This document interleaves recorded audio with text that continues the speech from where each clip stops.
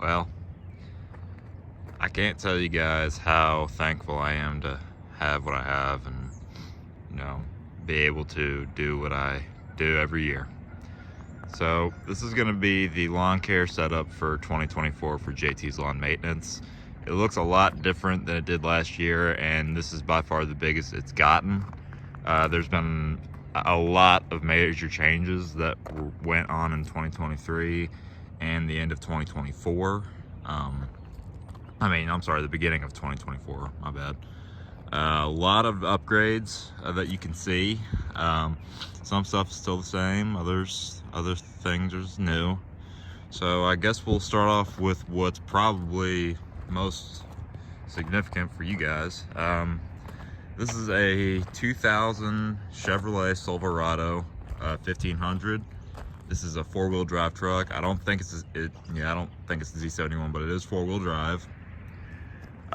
We retired the Toyota 4Runner. We still do use it, but it is not a primary lawn care towing vehicle. It's just more along the lines of a backup and more of a personal vehicle for myself and my father.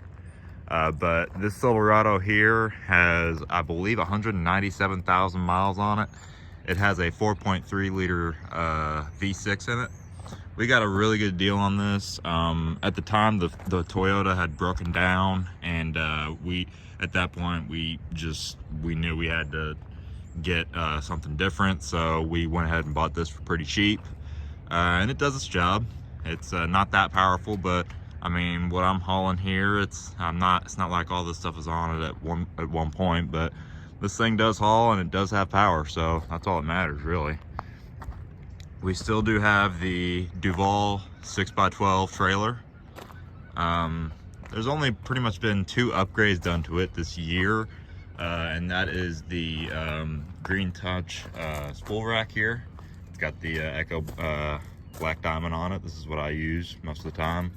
If I don't have that, I'll probably use Husqvarna Titanium Force, I believe it's called.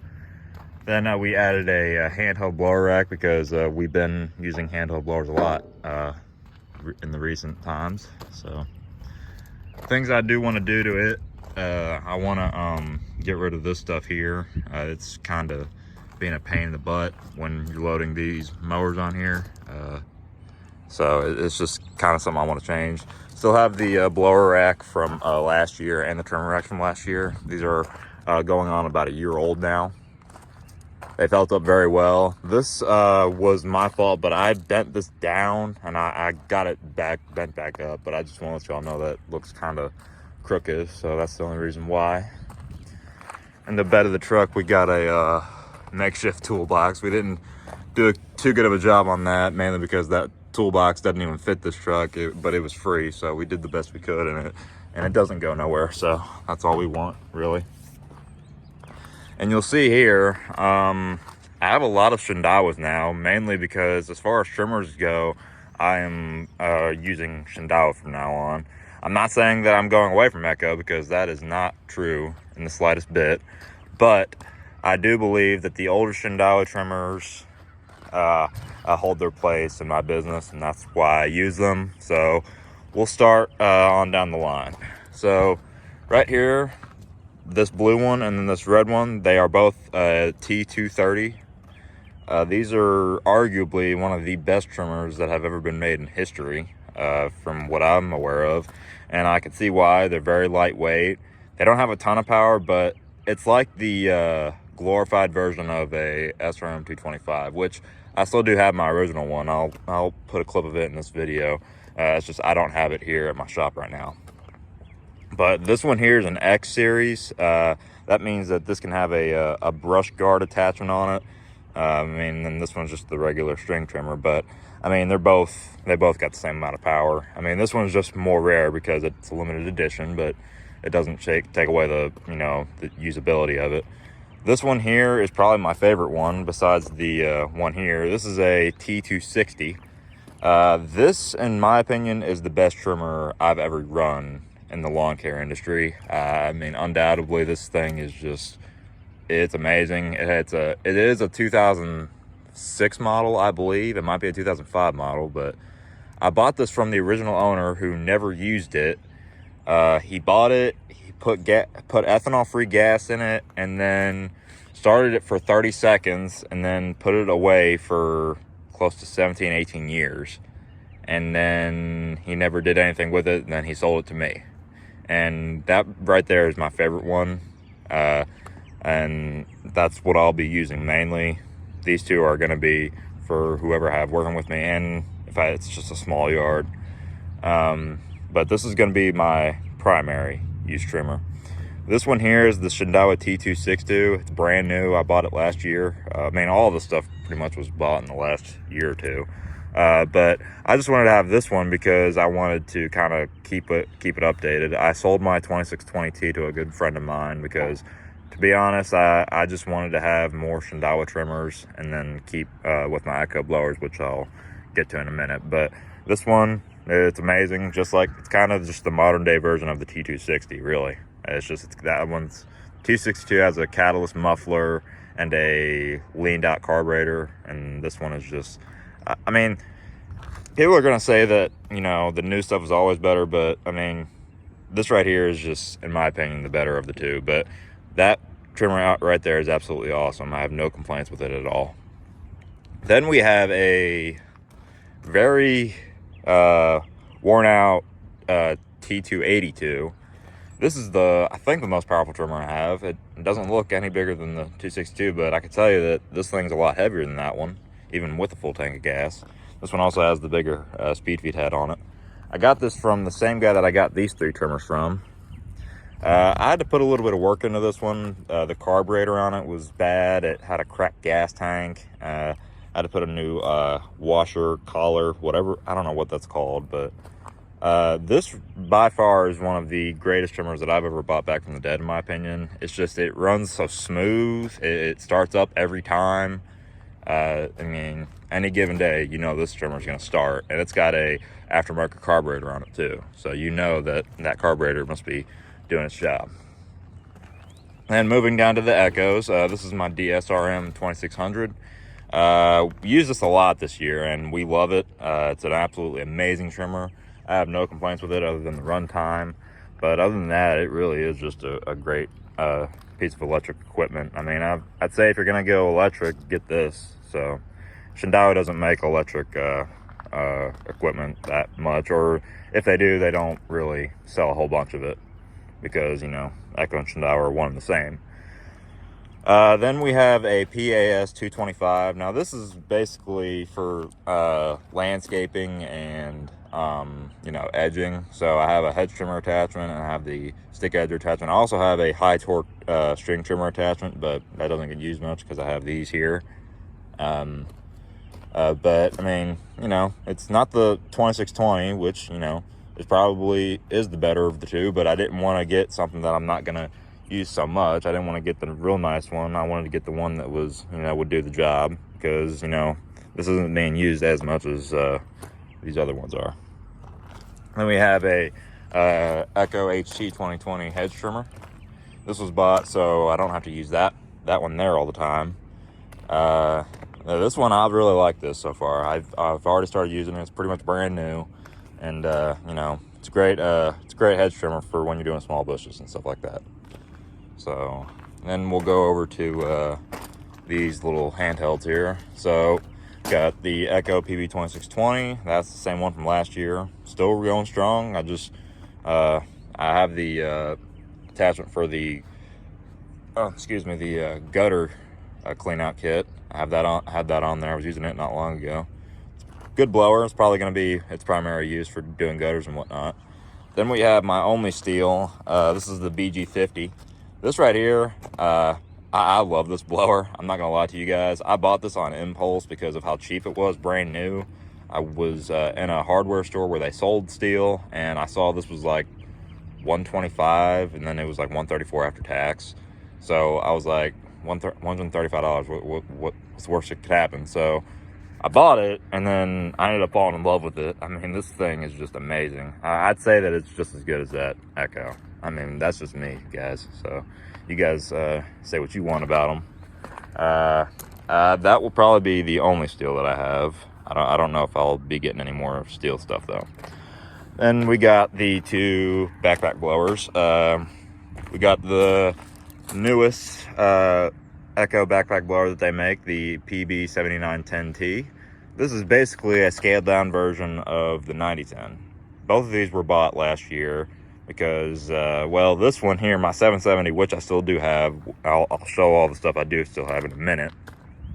I bought this because my 770 took a crap on me when I was out mowing one day, and my dealership was, 15 minutes away. So I just went down there and said, hey, I need one of these. And then I decided to fix the 770 later. So, but I'm glad I bought this. This is primary use as leaves. And then I saw this come out. I was like, okay, yeah, I'm getting one of these.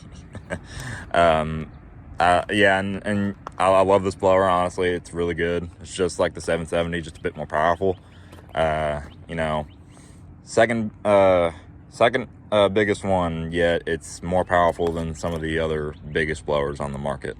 So, really good blower right here. I like this one, as well as this one. I mean, the reason I don't use it for everyday use is just because it's a little bit bulky, and I don't want to wear it out, because this is going to just be secondary backup, and mainly leaf machine. This is going to be all year sort of thing. Now we have the mowers. We'll go start at the end here.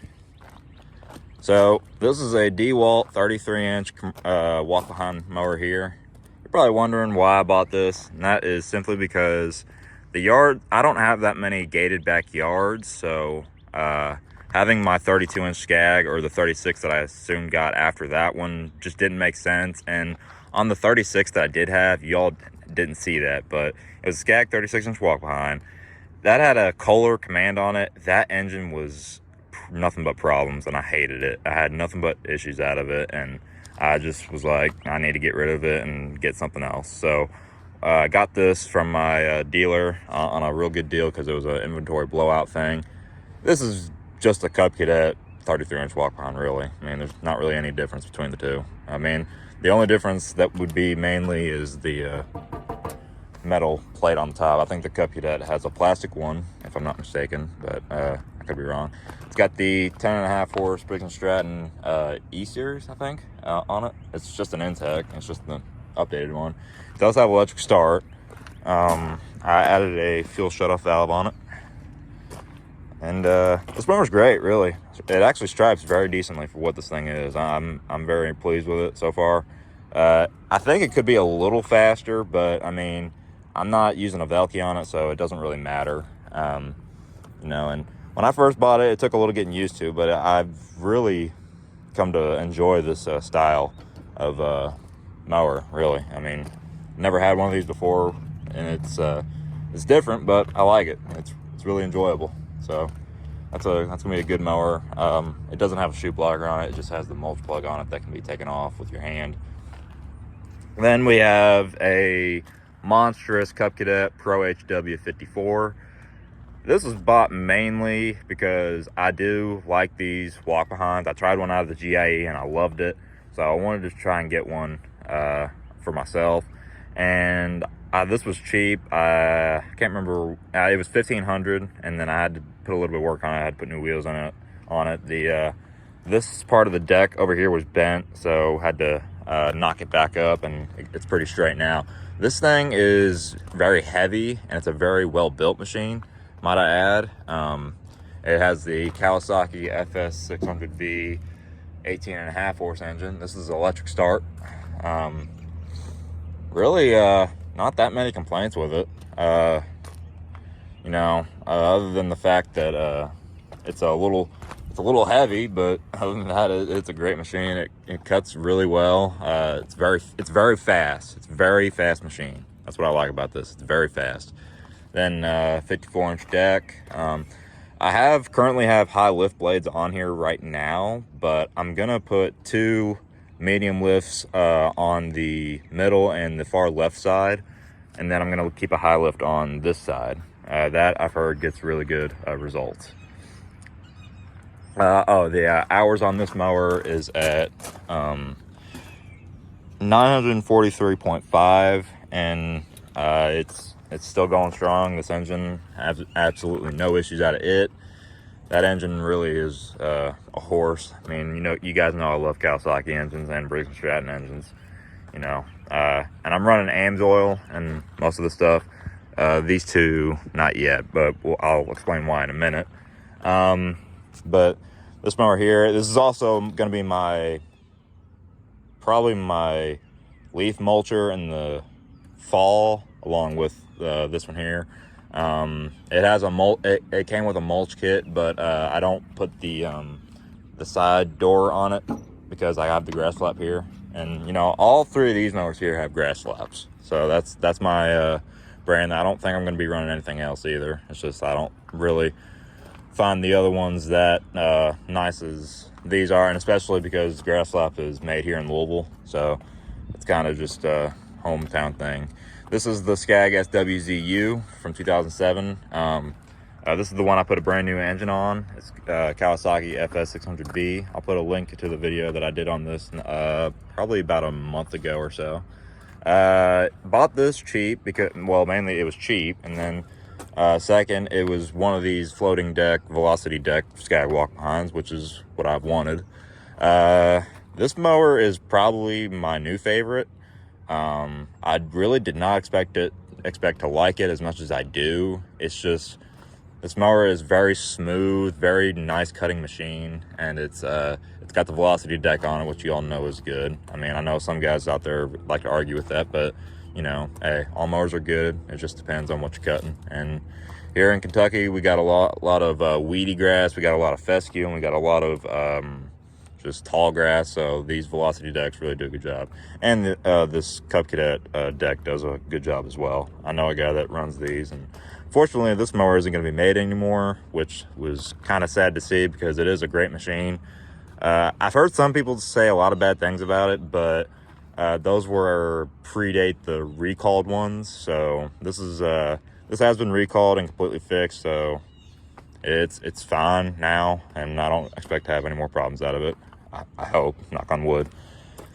But this mower here, probably going to be my main walk behind, if that one isn't. I mean, I might run both of these for the day. I might run these two for the day, or I might run one of these three and then that 33-inch for the day. It's all kind of like just to keep it fresh, have multiple mowers and have backups in case anything goes wrong, and just to keep things fresh. I don't want to be using the same old mower for the whole time. Just like to switch it up, keep things interesting, you know what I mean?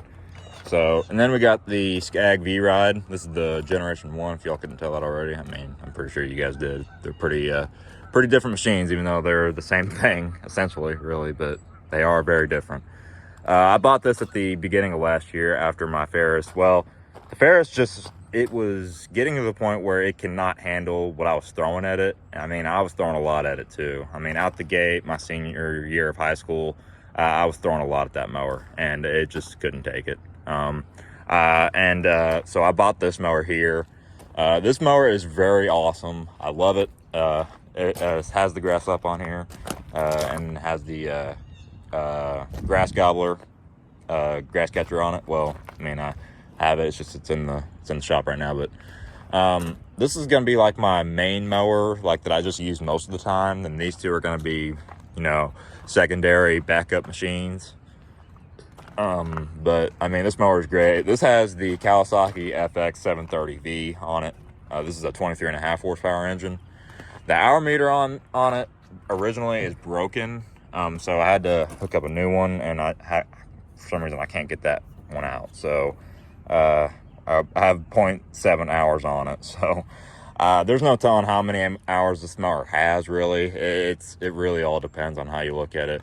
All cleaned up, this thing could pass for probably 700 to 800 hours, but once you get it dirty, it could look like very well over 1,000 hours on it.